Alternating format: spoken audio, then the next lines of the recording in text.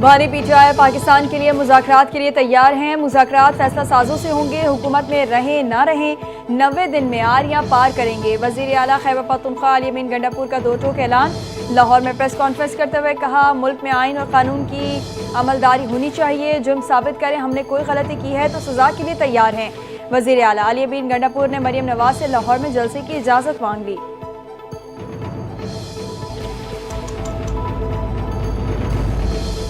پی T آئی رہنما عالیہ حمزہ کا تحریک انصاف کے مشترکہ پارلیمانی اجلاس سے لا علمی کا اظہار۔ پی ٹی آئی مرکزی قیادت نے چیف آرگنائزر پنجاب کو اعتماد میں نہیں لیا۔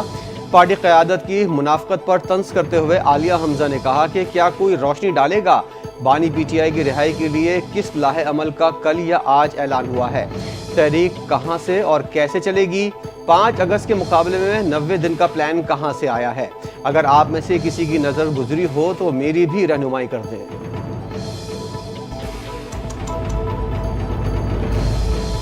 سربراہ جے یو آئی اے مولانا فضل الرحمان کا خیبر پختونخوا میں تبدیلی کی خواہش کا اظہار۔ کہا ہم بھٹو کے حضور بیٹھ کر حکومت نہیں مانگیں گے، ہمیں عوام کا ساتھ چاہیے۔ سیاسی جماعتوں میں اختلافات ہوتے ہیں، ذاتی دشمنی نہیں، ہم مسلح گروہوں کو تسلیم نہیں کریں گے۔ خیبر پختونخوا حکومت کی اکثریت جعلی ہے، ہمارا صوبہ کسی سیاسی کشمکش کا متحمل نہیں ہو سکتا۔ پی ٹی آئی اپنا رویہ تبدیل کرے تو بات ہو سکتی ہے۔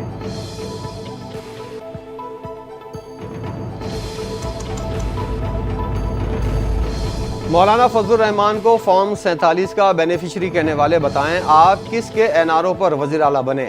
صوبہ جل رہا ہے اور علی امین گنڈاپور لا و لشکر کے ساتھ پنجاب فتح کرنے نکلے ہوئے ہیں۔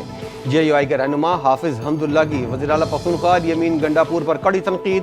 کہتے ہیں پختونخوا میں حکومت آپ کے بازو سے نہیں ڈنڈوں کے زور سے بنی ہے۔ آج بھی آپ کی حکومت دولت اور طاقت کے بلبوتے پر کھڑی ہے۔ آپ کی اپنی پارٹی میں آپ کی حکومت کے خلاف آوازیں اٹھ رہی ہیں۔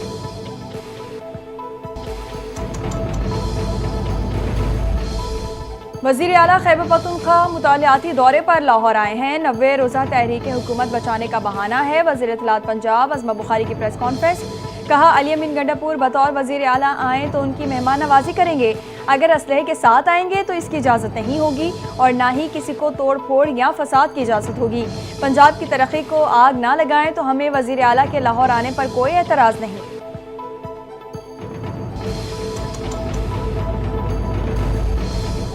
وزیر اعلیٰ پختونخوا علی امین گنڈاپور نے مولانا فضل الرحمان کو کھلا چیلنج دے دیا۔ کہا مولانا فضل الرحمان کہتے ہیں ہمارا مینڈیٹ جعلی ہے، مولانا خود فارم 47 سے جیت کر آئے ہیں۔ میرا چیلنج ہے میرے بھائی کے خلاف الیکشن جیت کر دکھائیں۔ مولانا فضل الرحمان جیت گئے تو سیاست چھوڑ دوں گا۔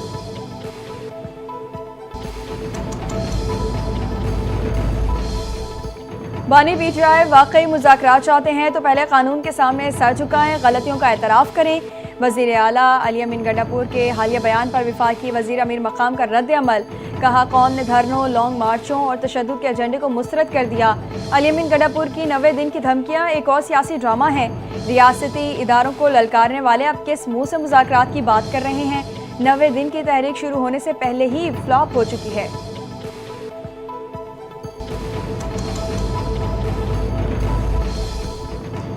ہمارے سیاسی مخالفین مکافات عمل کا شکار ہیں، جنہوں نے ملک کو تباہی کی طرف دھکیلا آج ان کا کوئی نام نہیں لے رہا۔ اسپیکر قومی اسمبلی ایاز صادق کی میڈیا سے گفتگو۔ کہا نواز شریف کی حکومت سازش کے تحت ختم کی گئی، ان کی حکومت ختم کر کے ملک کی ترقی کا پہیہ روکا گیا۔ 2017 سے 2030 تک ملک آگے جانے کے بجائے پیچھے گیا۔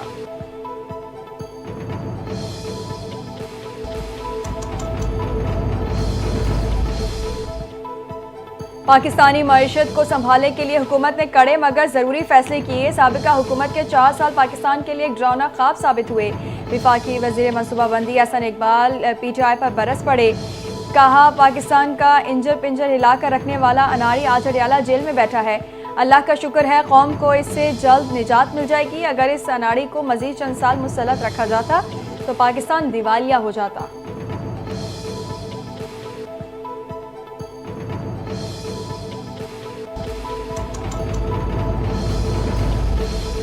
پاکستان کی اسٹیبلشمنٹ کسی سیاسی عمل میں نہیں آنا چاہتی۔ پی ٹی آئی کو مذاکرات کرنے ہیں تو اسپیکر کی میز پر لوٹنا ہوگا۔ وزیر مملکت برائے داخلہ طلال چودھری کی فیصل آباد میں گفتگو، کہا پی ٹی آئی والے دن میں بڑکے مارتے ہیں اور شام میں پچھلے دروازوں سے منتیں کرتے ہیں۔ بھارتی پراکسیز بلوچستان میں کاروائیاں کر رہی ہیں۔ طلال چودھری کی ژوب واقعے کی بھی مذمت، بولے دہشت گردوں کے تانے بانے بیرون ملک سے ملتے ہیں، بلوچ اور پنجابیوں کو آپس میں لڑانا پاکستان کے خلاف سازش ہے۔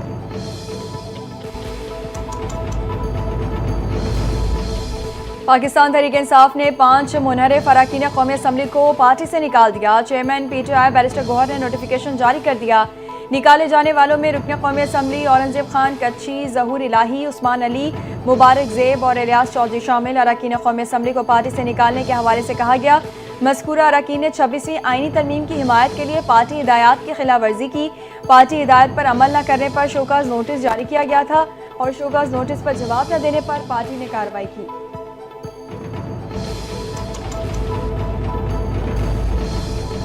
26 اراکین کی معطلی کے معاملے پر اسپیکر پنجاب اسمبلی سے اپوزیشن رہنماؤں کی ملاقات بے نتیجہ ختم۔ اپوزیشن لیڈر ملک احمد خان بھچر کا میڈیا سے گفتگو کرتے ہوئے کہنا تھا، اراکین کی رکنیت معطلی سمیت متعلق آج ملاقات بے نتیجہ رہی، اگلے 2-3 دن کے اندر دوبارہ ملاقات ہوگی۔ معافی کا کسی نے نہیں کہا، ہنگامہ آرائی دونوں طرف سے ہوئی۔ ابھی یہ ابتدائی مرحلہ ہے، ڈیڈ لاک نہیں ہے، بات چیت جاری ہے، ابھی کچھ نہیں کہا جا سکتا، معاملات آگے چلیں گے۔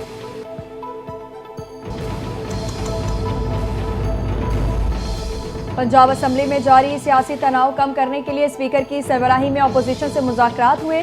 اپوزیشن نے بہت ساری باتوں پر اتفاق کیا، کچھ معاملات پر ابھی حتمی فیصلے نہیں ہو سکے۔ حکومتی وفد کے رکن مجتبی شجاع الرحمان کی میڈیا سے گفتگو، کہا اسمبلی میں ہلڑ بازی، توڑ پھوڑ اور مار دھاڑ کی کلچر کو ختم کیا جائے گا۔ حکومت کی نیت اپوزیشن اراکین کو ڈی سیٹ کرانے کی نہیں بلکہ جمہوری ماحول کو بہتر بنانے کی ہے۔ اگلی ملاقات میں فریقین کے درمیان مزید پیش رفت ہوگی اور کوئی مثبت حل نکل آئے گا۔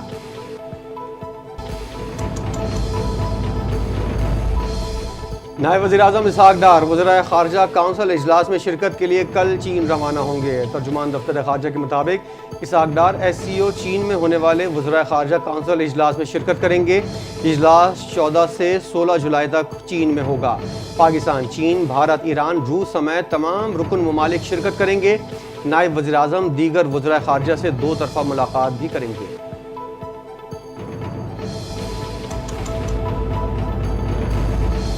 وفاقی وزیر داخلہ محسن نقوی سرکاری دورے پر تہران پہنچ گئے۔ پاکستان، ایران اور عراق کے درمیان زائرین، بارڈر اور دیگر مسائل پر ہونے والی سہ ملکی کانفرنس میں شرکت کریں گے۔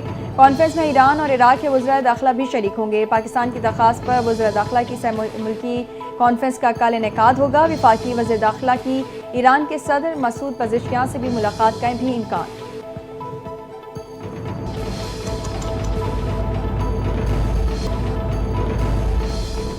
کشمیری شہداء کے خون نے ظلم و جبر کے خلاف مزاحمت کی ایک لازوال داستان رقم کی۔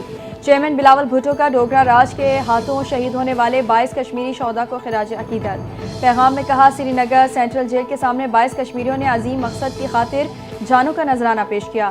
خطے میں پائیدار امن اس وقت ہی ممکن ہے جب مسئلہ کشمیر کشمیری عوام کی امنگوں کے عین مطابق حل کیا جائے۔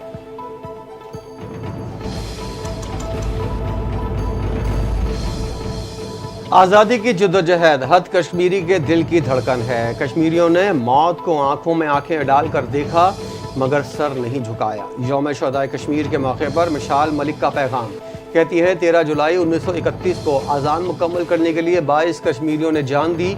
ایک دن کشمیر میں آزادی کی اذان ضرور گونجے گی۔ اذان کے لیے جان دینے والوں نے تاریخ رقم کی۔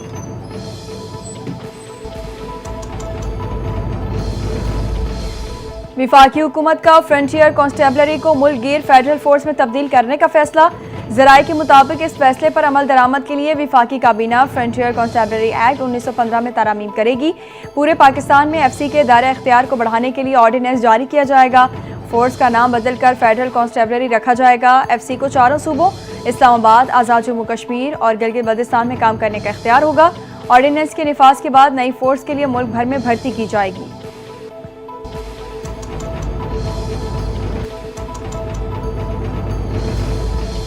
صوبے میں غیر قانونی تعمیرات اور تجاوزات کے خلاف بلا امتیاز کارروائی جاری ہے۔ شہری علاقوں میں ایس بی سی اے نے صرف سکھر میں 37 خطرناک عمارتوں کو نوٹس جاری کیے۔ سینئر وزیر سندھ شرجیل میمن کا بیان، کہا کراچی، حیدرآباد، لاڑکانہ اور نواب شاہ میں بھی عمارتوں کی جانچ پڑتال جاری ہے۔ غیر قانونی تعمیرات میں ملوث افسران کے خلاف محکمانہ کارروائی اور قانونی چارہ جوئی کی جائے گی۔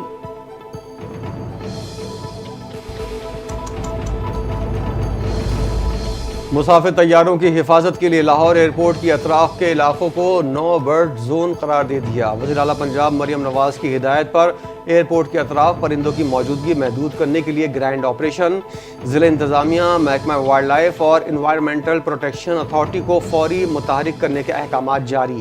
سینئر صوبائی وزیر مریم اورنگزیب کو پنجاب کی پہلی وائلڈ لائف فورس کو متحرک کرنے کی بھی ہدایت۔ فضائی تحفظ کو یقینی بنانے کے لیے رنگ فینسنگ یعنی فضائی حفاظتی حصار بنانے کا بھی فیصلہ کیا گیا۔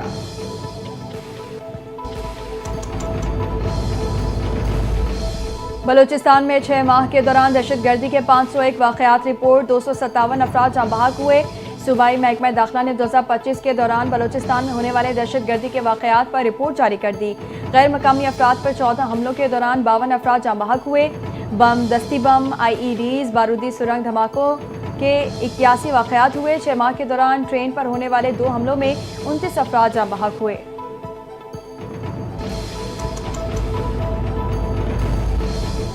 اداکارہ حمیرہ اصغر کی موت کی تحقیقات کے لیے کمیٹی قائم۔ SP کلفٹن عمران جاگرانی کمیٹی کے سربراہ ہوں گے۔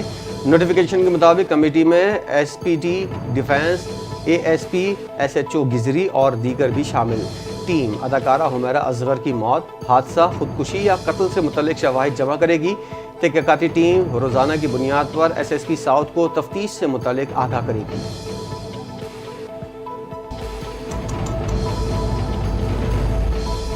راولپنڈی اور اسلام آباد کے مختلف علاقوں میں بارش، موسم خوشگوار۔ راولپنڈی میں کینٹ کے مختلف علاقوں میں سڑکیں تالاب بن گئی۔ کئی علاقوں میں بارش کا پانی گھروں میں داخل ہو گیا۔ پنجاب کے مختلف علاقوں میں بھی بادل برسے۔ قصور، شیخ پورہ، چناب نگر اور دیگر شہروں میں بارش۔ اسلام آباد، پنجاب، خیبر پختونخوا، کشمیر اور گلگت بلتستان میں مزید بادل برسنے کا امکان۔ محکمہ موسمیات کے مطابق بارشوں کا سلسلہ جمعرات 17 جولائی تک جاری رہے گا۔ سندھ میں 15 تا 17 جولائی کے دوران تھرپارکر، میرپورخاص، کراچی سمیت دیگر شہروں میں بارش متوقع۔ بارش کے باعث ندی نالوں میں طغیانی اور پہاڑی علاقوں میں لینڈ سلائیڈنگ کا خدشہ بڑھ گیا۔